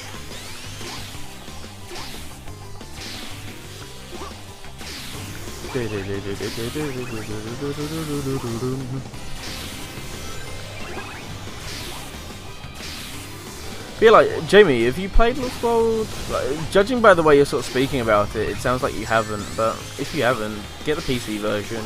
Or if you can, I think you can run it. I think your specs will be high enough to run it. Yep, that was never going to be good.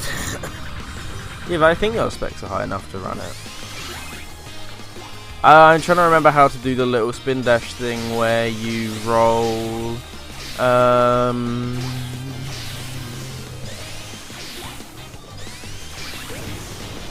How do you? Your PC had problems running it, but you kept it. Ah, I see. Yeah, but like you should at some point play this game fully, whether that be like borrowing a Wii U from a friend or something, or you know, something along those lines, just to play it, because it is quite a fun game. I think you'd get some enjoyment out of it, especially considering you've got some enjoyment out of some of Sonic's more interesting titles.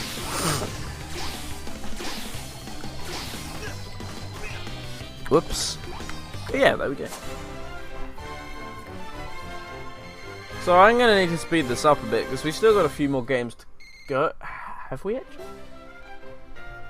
They find it interesting. Well, as in, they're not the best games, but they still have some fun elements to them. That's what I mean by interesting. Actually, I said we need to speed this up a bit, but this is actually the last game, so we don't actually need to speed anything up at all. Because I thought we still had another game, but I was wrong, we don't. So with that in mind, let's go to Tropical Coast.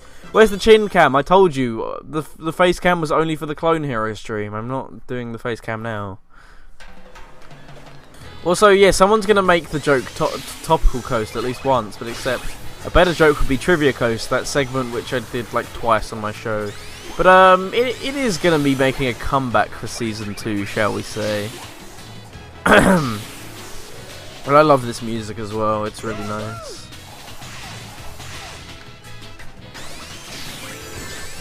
I guess since we have time, I may as well play Frozen Factory as well, actually.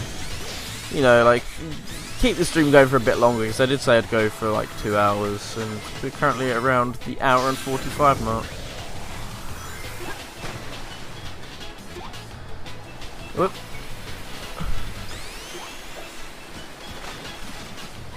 Yeah, that's exactly what I think. It's just the classic style, sort of in a 3D environment, and people always kill me for that, because they're like, no, you're comparing it to the best video games ever made, this is trash. And I'm like, yeah, but you can see what they're going for in terms of like the classic stylings there. Lost World in 2018, shut up, King. You 100% Forces. But yeah, rather this than Forces, like, as I said, I absolutely love this game. And also, I appreciated the Lost World references in the first Infinite boss fight in Forces. Like all the springs all over the place in that boss fight were clearly references to this. But I played the Dimps version of this game. I got like a zone into it, and it was so incredibly boring and yet frustrating that I just gave up. So every level was stupidly long, and I heard after that they got even longer and like more bullshitty. So I was just like, yeah, I'm not playing beyond this. To be honest, because I pretty much have I can pretty much record 3DS stuff now or stream 3DS stuff. To be honest, I should actually do a playthrough of it, because if I'm actually going to do that Sonic 1-Man Relay follow-up like I say I'm going to. Because I did say I was going to do a bonus stream where I covered handheld games. If I actually end up getting back to that, then I should definitely cover Lost World 3DS. Although, prepare for rage, because that game is stupidly difficult, like I said.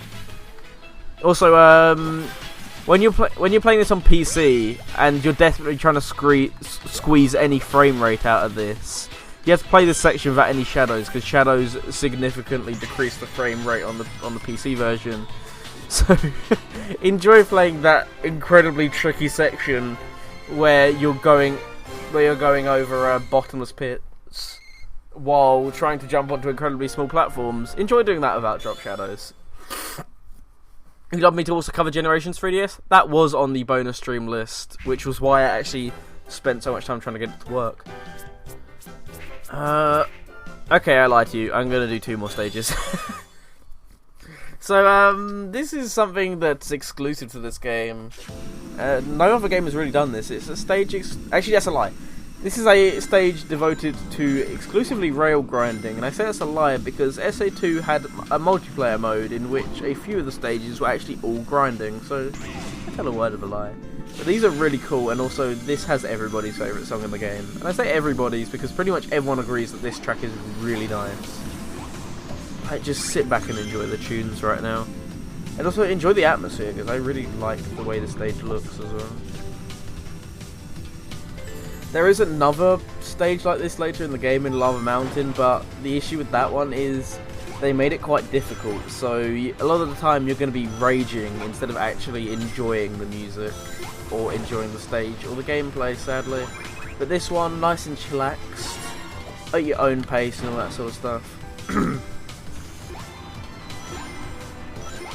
Yeah, I have actually spent the most time on this game, to be honest, but I like this game, so that's why I spend the most time on it.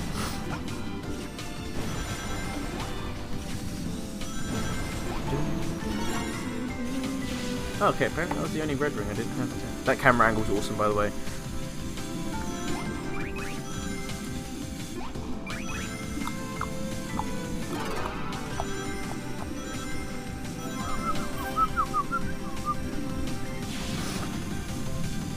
Oh no, don't get diced. There we go. Didn't get diced. Good news, guys.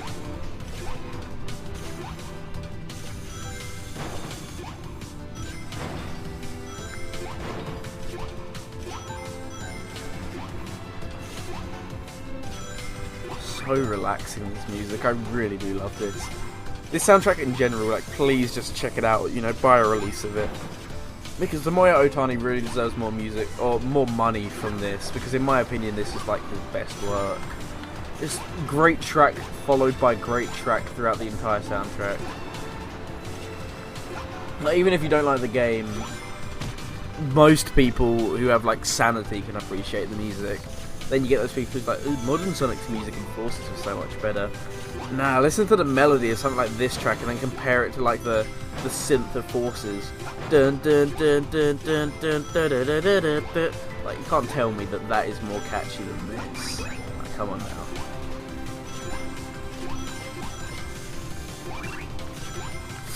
Ah, I keep missing the buttons by accident. Very well, it means we get to listen to this loop a few more times. It's the one time where me being bad at video games is actually a good thing.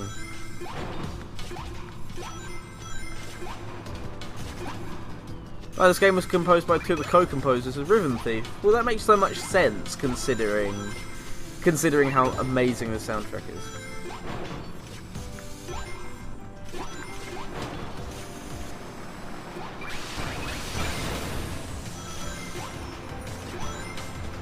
Also, like, a trait that's exclusive to the Wii U games in the Sonic franchise, or the Sonic Wii U games, should I say, is that they all require you to use the gamepad. Like, you can't use, outside the multiplayer modes, you can't use any other controllers, you have to use the gamepad. Which is really weird, because Lost World, like, when it first released, Lost World obviously required motion controls, but now it doesn't, so why not add in Pro Controller support? But I don't mind, because I'm one of the few who actually loves the Wii U gamepad as a controller. Like, to me it's so comfortable. It sounds weird, but it's actually one of my favourite game controllers. Like, that's how comfortable I find it. And like, it's when you play the Switch in handheld as well, Switch is just a slightly smaller version of this, which is why I love the Switch in handheld mode. But this is just so nice to me, so I don't mind that it's gamepad only, but I feel like it's a bit of an odd decision. But yeah, there are some people who swear by the Pro Controller and curse the gamepad.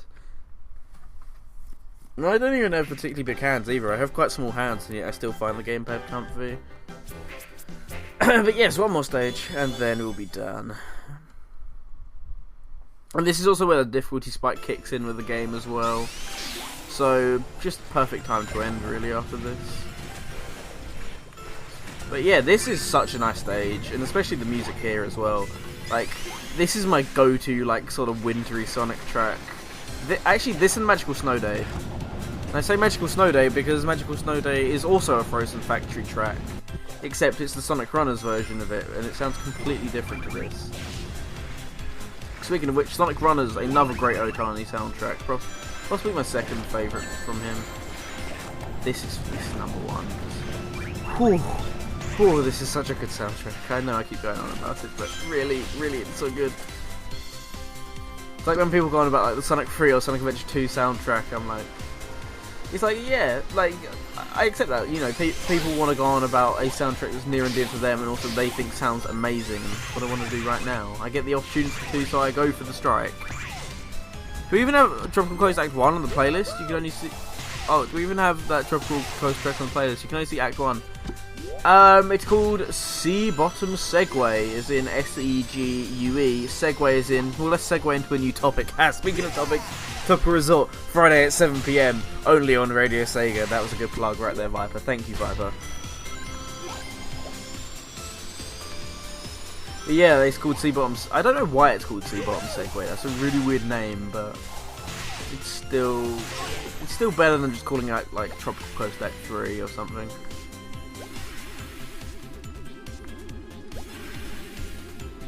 So yes, this returns from Windy Hill. In general, this stage is quite similar to Windy Hill. Like, after this, the stages sort of start repeating itself. Like, this is clearly Windy Hill. Sky Road is also clearly Windy Hill, except just with a new coat of paint. But I don't like Sky Road, but I like this stage, so I let this one off. And it also helps that this has really memorable music, unlike Actron at Sky Road. Summer Sky Road has nice music, like the Dragon Dance song is nice, and a few other bits, but yeah, this is so much better.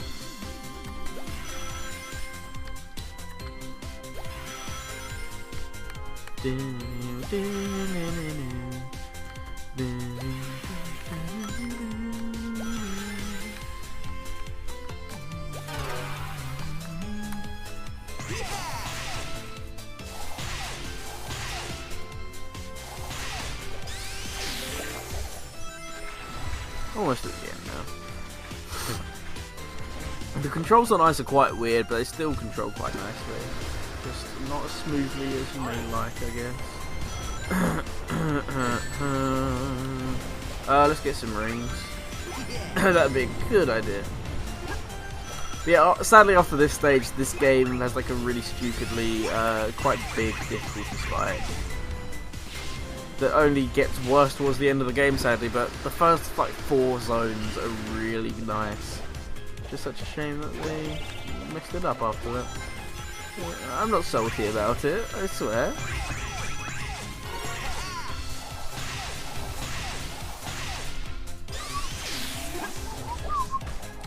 So close to doing that like a boss. But yes, with that in mind, that was Frozen Factory Zone 1, sorry, because there's no acts in this game, there's only zones. That was Frozen Factory Zone 1, and that was Topical PREsort Episode 2. So yes, I want to thank you all so much for watching. It's been nice doing this for a while, because I did enjoy the first episode, I did, but I just didn't have time to do it afterwards. But finally, the time was right. There was good enough games to where I thought, yeah, let's do this. Yeah, it is weird not calling them Max, but whatever.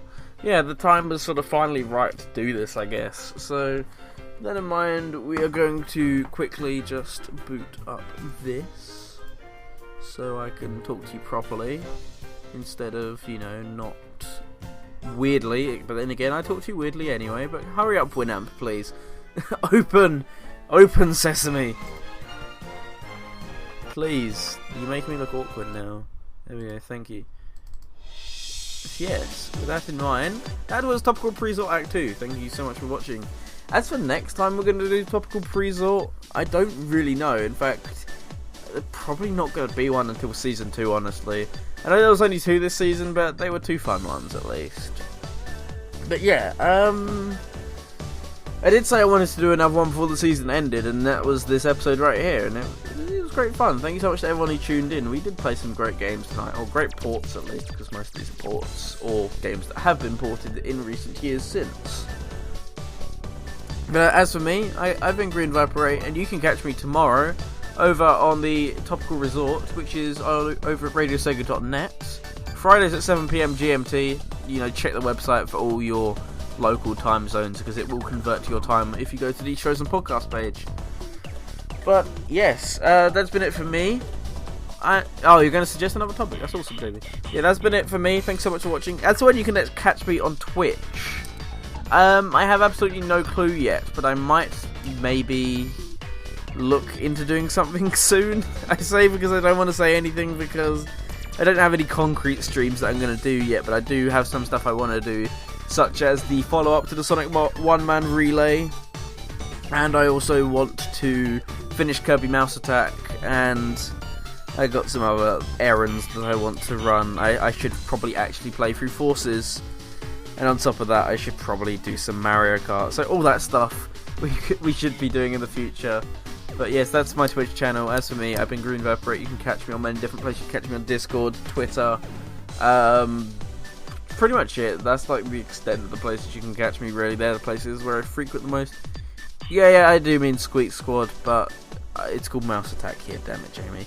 But yeah, you can catch me on all sorts of places. You can catch, I say all sorts, you can catch me on 3 places. You can catch me on Twitter, on Discord, or the other place you can catch me on is normally IRC. I am Green Vaporate over there on all those platforms except for Twitter, where I am the Green Vaporate.